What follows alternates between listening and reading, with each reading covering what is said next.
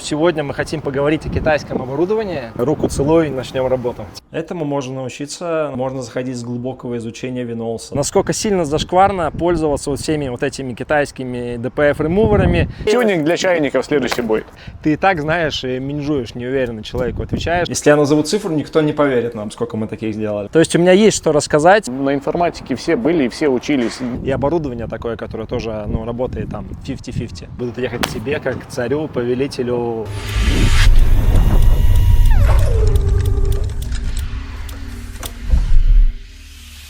Всем привет. Привет! Сегодня попробуем в новом формате снять. Я обычно с другой стороны камеры нахожусь, но в этот раз тоже слегка поучаствую в процессе. В двух словах просто расскажу, что мы делали в прошлый раз и почему мы вот в такой компании опять у той же машины собрались сегодня. Человек, который достаточно слабо разбирается в машинах, решил попробовать себя в новом амплуа, в новой сфере. И мы как раз те люди, я, Андрей и наша команда GVK Pro, которые с радостью готовы поделиться своим опытом, рассказать какие-то интересные моменты, минимизировать риски, избавить вас от каких-то лишних трат и помочь вам легче, проще въехать в эту тему. Юра, кстати, финансист. Расскажи в двух словах про себя вообще, чем ты занимаешься? Ну, я как коммерческий директор такой на аутсорсе, веду компании.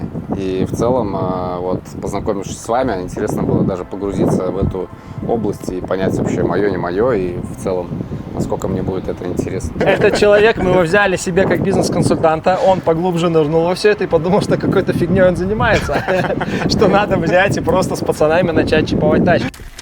Что у тебя больше всего вызвало интерес в этой работе? Какова была твоя мотивация вообще обратить на это внимание?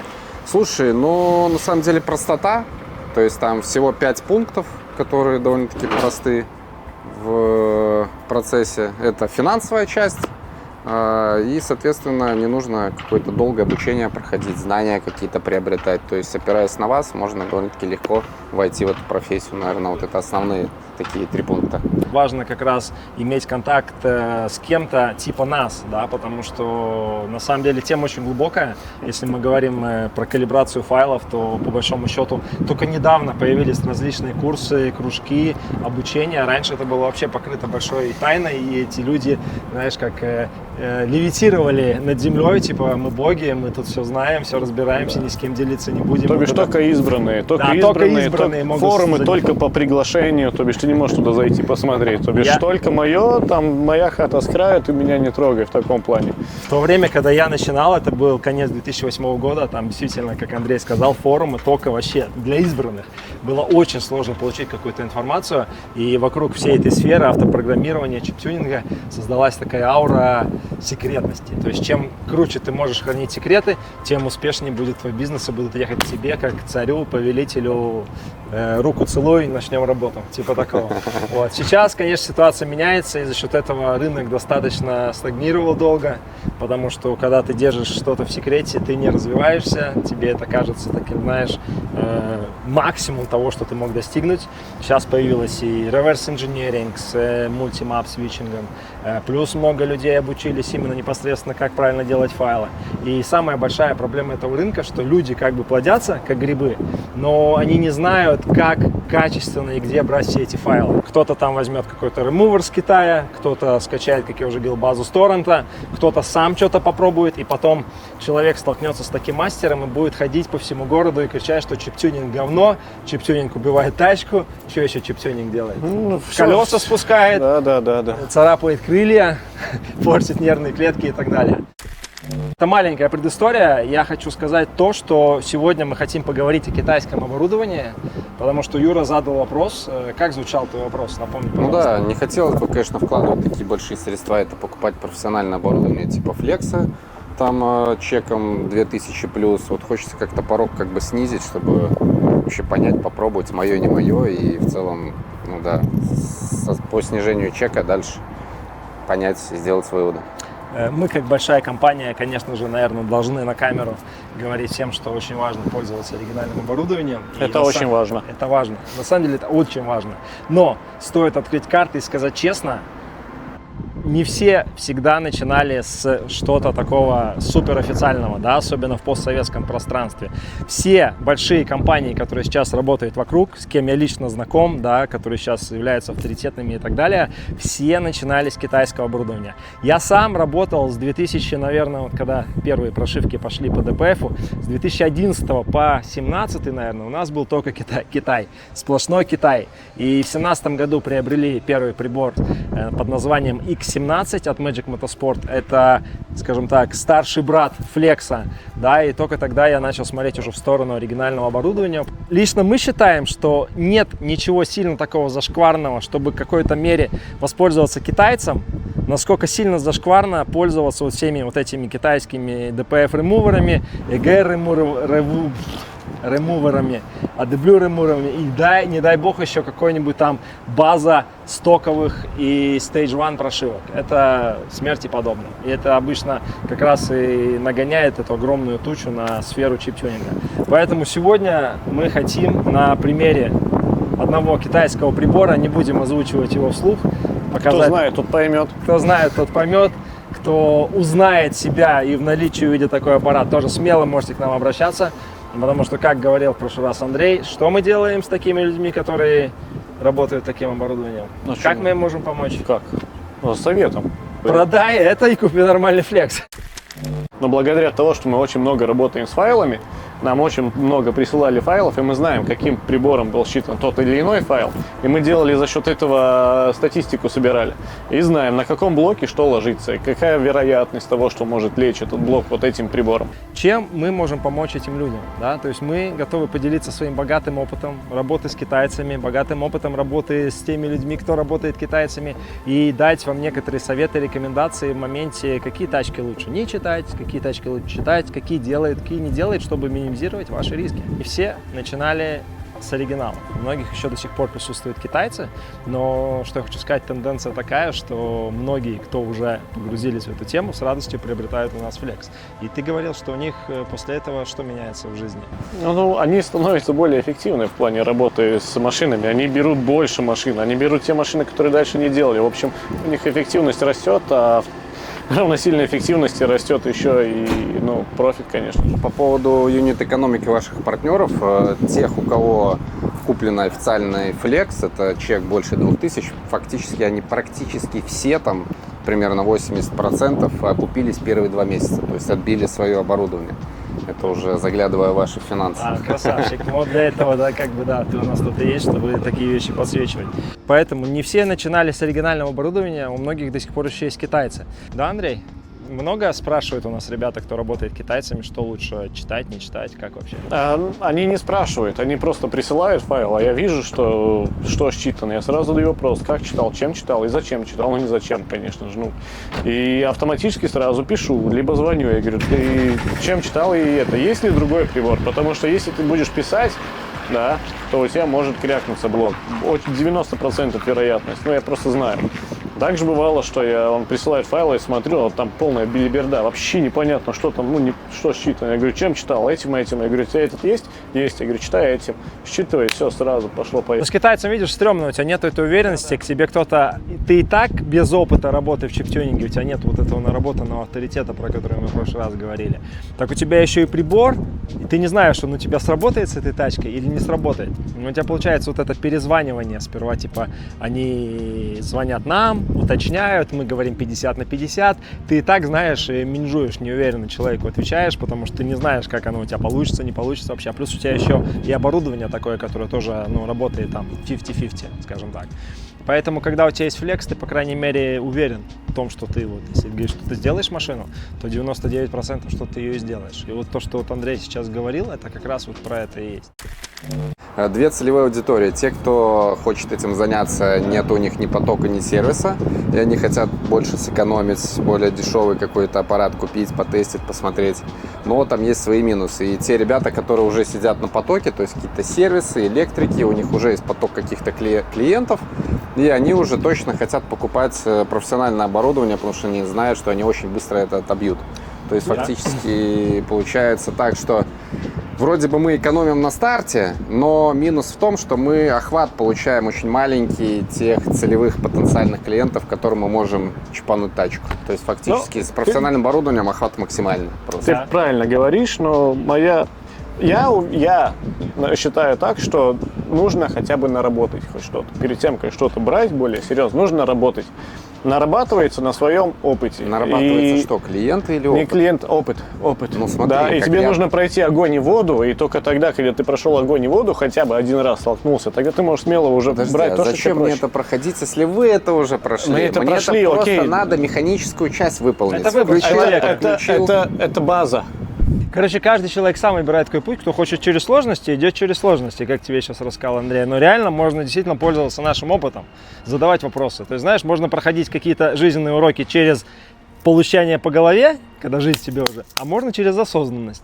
Вот если через осознанность, это задать на вопрос. Через опору. Через Если опору. Вы как наставники, Не, ну, тут вы еще будете тоже говорить, да, что, да, как. да, Все как зависит от, консультировать. в принципе, от задач. Если ты хочешь понимать и разбираться, тогда нужно пройти огонь и воду. Если тебе нужно просто подзаработать и не думать ни о чем, пожалуйста, тогда вот твоя методика годится. Вот она будет самая верная.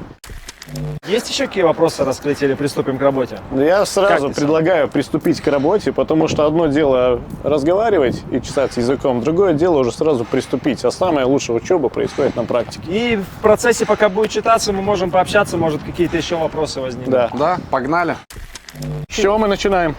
Слушай, в том-то и дело, что я ничего не учил. В И не целом-то вы как подготовился. раз-таки вы для меня и нужны, чтобы подсказать, что конкретно делать. Ну и 5 пунктов вот я запомнил. Да. Это первое, мы подключаем, значит, заходим на сайт, смотрим номер блока. Второе, подключаем диагностику, смотрим номер блока.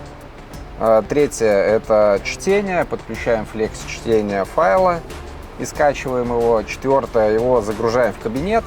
И пятое, просто получаем в кабинете готовый файл и загружаем его обратно. Вот эти основные 5 пунктов, которые, в принципе, нам нужно пройти. Ну, Что молодец. скажешь? Все Молодец. остальное вы в процессе подскажете.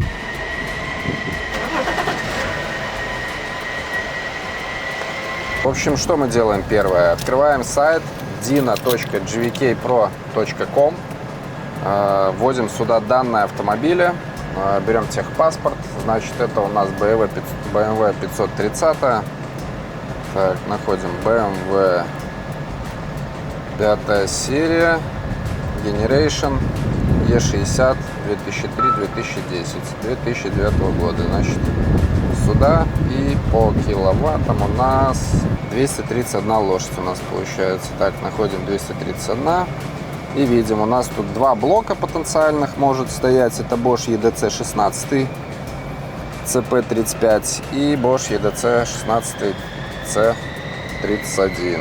Очень важный момент. Мы не учим вас делать диагностики. Да, мы только Мы учим пользоваться инструментом, мы подсказываем, как это делать. Но базовые вещи в виде диагностики, куда заходить, выбирать машину, это стандартные вещи, мы не будем обучать. Да. Хороший качественный чип-тюнинг подразумевает под собой еще грамотную классную диагностику. Очень важно прочитать машину до того, как она зачипована, и потом ее еще раз прочитать после того. По-хорошему еще снять логи, загнать на диностенд. Но если мы сами вот проехали на машине и понимаем, что она в принципе едет неплохо, не дергается, клиент тоже не жалуется, ну, для нас это такой как показатель, что 70% можно чиповать без всего этого. Но элементарное чтение ошибок, посмотреть, как работает турбина, посмотреть коррекцию по форсункам, конечно, лучше сделать. Ну, за тебя аппарат все сделает. Автоматический поиск нажал, раньше нужно было выбирать машину, модель, год, киловатты и все остальное. Выбираешь отдельно-отдельно, и только тогда доходило до диагностики. Сейчас ты нажал кнопочку, он сам смотрит, сам нашел, что за машина, ты всего лишь нажал «да», «нет». Слушай, а вот вопрос, зачем нам заходить на сайт, если мы сразу можем подсоединить диагностический аппарат и вытащить оттуда номер блока? Можем, да. Ну, давай забежим немножко вперед на полгода. Ты уже понимаешь, что, куда и как. И ты уже делал эту машину. И что, тебе нужно подключаться и смотреть, какой блок у тебя там? Нет. Ты заходишь на сайт, ты понял, что, в принципе, на сайте вероятность верного блока там 90%. Да, все, зашел, там сразу вычитал программу, сразу отправил и делаешь диагностику. Экономишь время. Сколько тебе времени занимает? А это посмотреть, то посмотреть, третье посмотреть. Ну, важно То время. есть можно Если у потом тебя в поток, дальнейшем только сайтом пользоваться, правильно? я понял? Ну, ты как минимум можешь подготовиться к работе. Тебе кто-то звонит, называет машину, и ты такой думаешь, может твой китаец это сделать или не может. Заходишь на сайт, смотришь, ага, блок. Смотришь в программе, заявлено, значит, наверное, может. Имеет смысл вообще проверять тогда, когда у тебя нету коннекта. В принципе, информации с сайта вполне хватает. о, там одной кнопочкой он берет и читает все ошибки. Опять же, не нужно выбирать по отдельности каждый блок и так далее. Да, нужно мне это знать? Конечно, нужно знать, что это за неисправность. То что есть, он ребят, пишет. да, фактически нужно еще хотя бы освоить азы диагностического аппарата, чтобы плюс-минус понимать, что к чему, и в целом, чтобы хотя бы иметь понимание. Не что только такое азы диагностика. диагностического аппарата, но плюс еще понимать, что он тебе пишет. Ну, либо взаимодействие с каким-то сервисом, кто имеет у себя под руками диагноста, кто разбирается в машинах. Ошибки наверняка пробиваются где-нибудь в Гугле, в интернете. Прям в этой программе, кстати, можно щелкнуть, и он откроет тебе Google. Да. Удаляй ошибки, всегда перепроверяй, что у тебя есть неисправности, есть, нету. Делай тест-драйв, проверяй машину до того, как ты чипуешь, чтобы не было потом приколов. Ну что, блок поняли, какой надо сейчас читать файл? Сейчас Андрей принесет наше супер-пупер современное оборудование. Под названием, я думаю, кто-то даже узнает. Возможно, кто-то этим сейчас работает. Напишите в комментариях, если Ты его ни кто-то разу узнал не этот видел? прибор. Ну, смотри, у тебя даже уже автоматически все открыто практически. Нам нужно выбрать блок. Какой у нас тут блок? EDC, он уже стоит. Да, уже Bosch, только автоматически выбран. где-то запустить Дальше жмем надо. куда-то. Куда-то. Да. Но он написал, что ты выбрал неправильный блок. Жмем ОК. Теперь Так. жмем Select Driver. Это у нас уже кановая машина, скорость чтения, поэтому выбираем кан. Жмем Да, ОК. Окей. Да. Ну, опять же, тогда, когда ты пользуешь, ты просто скидываешь мне фотографию, я тебе пальчиком говорю, что нажать, и все окей.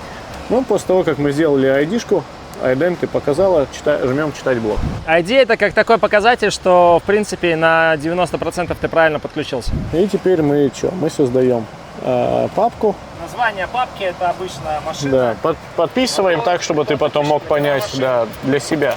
Я говорю, чем четче ты будешь подписывать файлы, тем понятнее тебе потом будет, и ты сможешь разобраться. Поэтому очень важно, создавая базу свою, чтобы ты в ней мог легко ориентироваться, если человек даже через 1,5 года к тебе приехал, чтобы ты понимал, что это за тачка приехала, и чтобы мог найти тот файл, который человек тебе давал. Но ты всегда можешь обратиться к нам, и в принципе мы тебя найдем то, что тебе надо. В кабинете эти файлы тоже есть. В кабинете же ты тоже можешь сюда скачать. Логин Вот у нас пароль. доступ к кабинету. Поехали. Выбираем у нас BMW. Модель.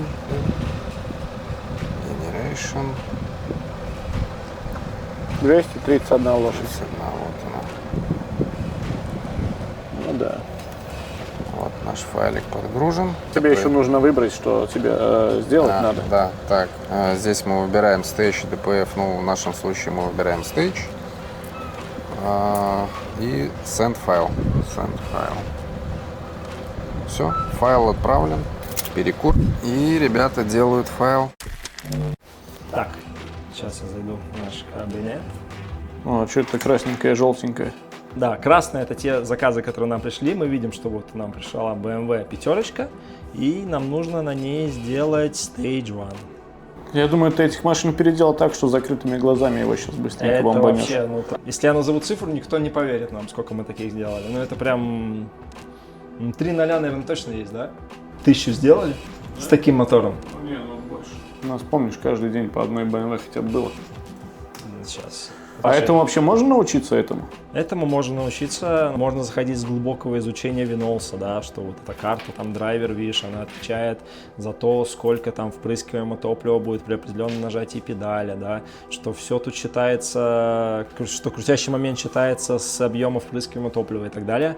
Это все для многих может показаться прям очень сложно, непонятно эти графики, да, но в принципе, как я уже говорил, можно объяснить элементарные вещи, чтобы человек четко понимал, что, вот, допустим, сегодня он сделал BMW и заплатил за нее файл, и что если завтра к нему приедет такая же BMW, он тоже сможет ее уже сделать сам, не отсылая этот файл нам. В рамках файл-сервиса это тоже возможно.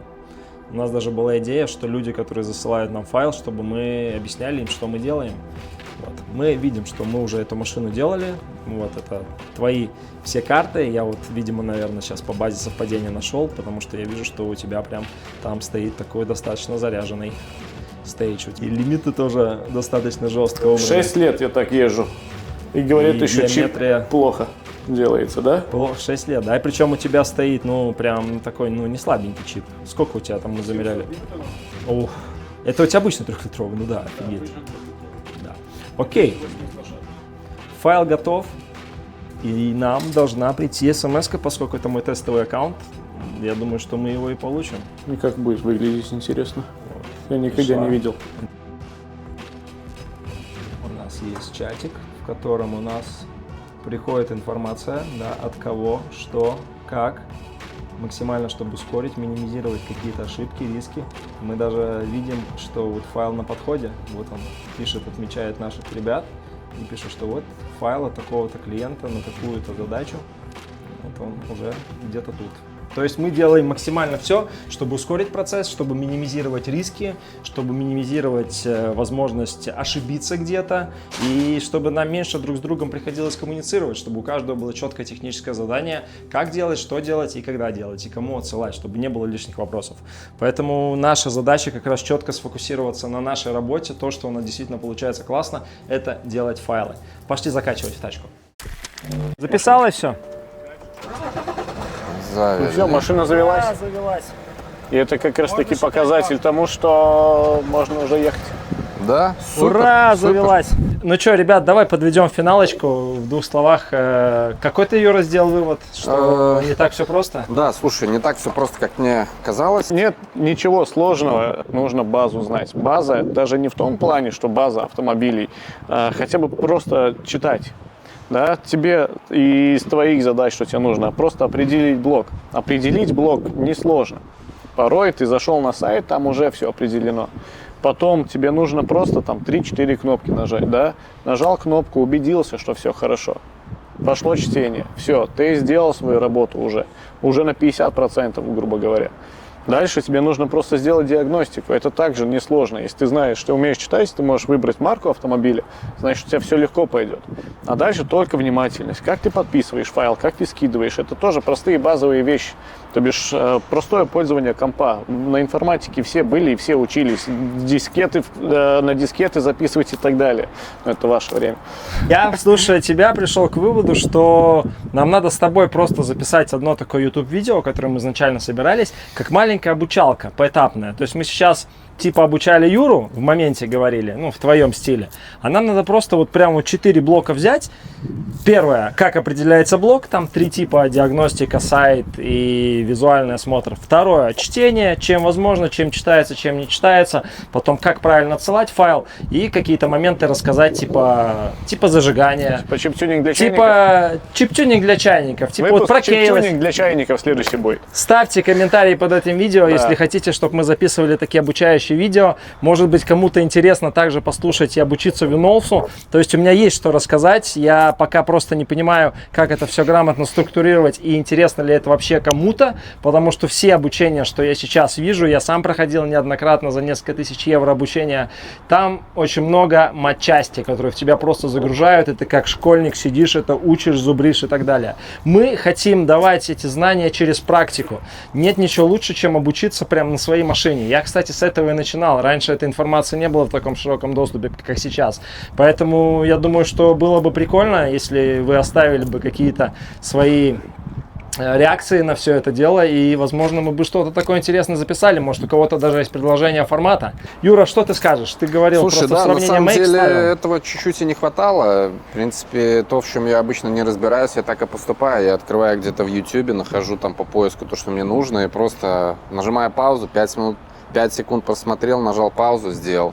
5 секунд посмотрел, нажал паузу, сделал. В принципе, таким это самый простой способ для чайников, чтобы погрузиться во что-либо, что ты не понимаешь. Поэтому, если вы это сделаете, вообще будет здорово. Нету, на самом деле, времени погружаться во все эти тонкости, детали, нюансы, в которых я, просто ничего не соображаю. И это некое такое сопротивление вызывает. Поэтому, если самый простой способ, как я люблю, это нашел в YouTube, нажал паузу, сделал 5 секунд, нажал сделал. То есть таким образом, ну, гораздо проще гораздо проще и быстрее прийти к какому-либо результату. Короче, Андрюха, записываем видео на YouTube, посмотрят все, чтобы Юра в следующий раз пришел, сел, взял нормальное оборудование под названием Flex и прочитал свою тачку. И Что знаешь, как назовем видос? Это как заинтересовать человека, который не заинтересован. Спасибо, пацаны, было приятно посниматься. Все, спасибо. Несмотря на некоторые трудности.